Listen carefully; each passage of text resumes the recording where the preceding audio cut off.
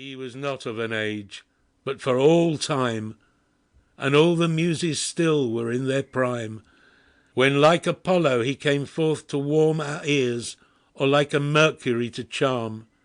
Nature herself was proud of his designs, and joyed to wear the dressing of his lines, which was so richly spun, and woven so fit, as since she will vouchsafe no other wit.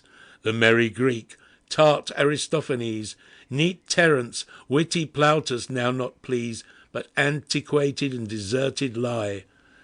As they were not of nature's family, yet must I not give nature all? Thy arts, my gentle Shakespeare, must enjoy a part. For though the poet's matter nature be, his art doth give the fashion, and that he, who casts to write a living line, must sweat, such as thine are, and strike the second heat upon the muse's anvil, turn the same, and himself with it, that he thinks to frame, or for the laurel he may gain a scorn, for a good poet's made, as well as born. And such wert thou. Look how the father's face lives in his issue, even so the race of Shakespeare's mind and manners brightly shines, in his well-turned and true-filled lines, in each of which he seems to shake a lance, as brandished at the eyes of ignorance.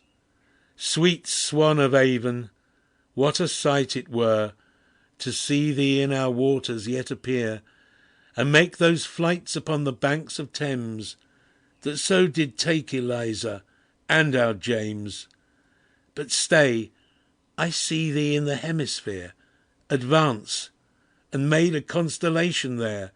Shine forth, thou star of poets, and with rage or influence chide or cheer the drooping stage, which since thy flight from hence hath mourned like night and despair's day, but for thy volume's light. On Shakespeare by John Milton. What needs my Shakespeare for his honoured bones the labour of an age in piled stones, or that his hallowed relics should be hid under a star-appointing pyramid?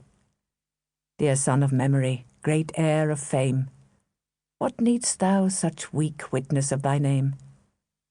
Thou in our wonder and astonishment hast built thyself a livelong monument. For whilst to the shame of slow endeavouring art thy easy numbers flow, and that each heart hath from the leaves of thy unvalued book those Delphic lines with deep impression took, then thou, our fancy of itself bereaving, dost make us marble with too much conceiving, and so sepulchred in such pomp dost lie, that kings for such a tomb would wish to die. The Spirit of Shakespeare by George Meredith. Thy greatest knew thee, Mother Earth, unsoured. He knew thy sons. He probed from hell to hell of human passions, but of love deflowered. His wisdom was not, for he knew thee well. Thence came the honeyed corner at his lips, the conquering smile wherein his spirit sails, calm as the god who the white sea wave whips, yet full of speech and into shifting tales, close mirrors of us. Thence had he the laugh we feel is thine, broad as 10,000 beeves at pasture. Thence thy songs, that winnowed chaff from grain bid sick philosophy's last leaves.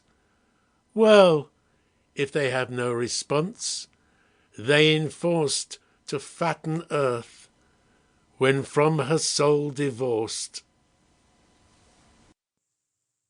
Shakespeare by Frederick George Scott. Unseen in the great minster dome of time, whose shafts are centuries, its spangled roof, the vaulted universe our master sits.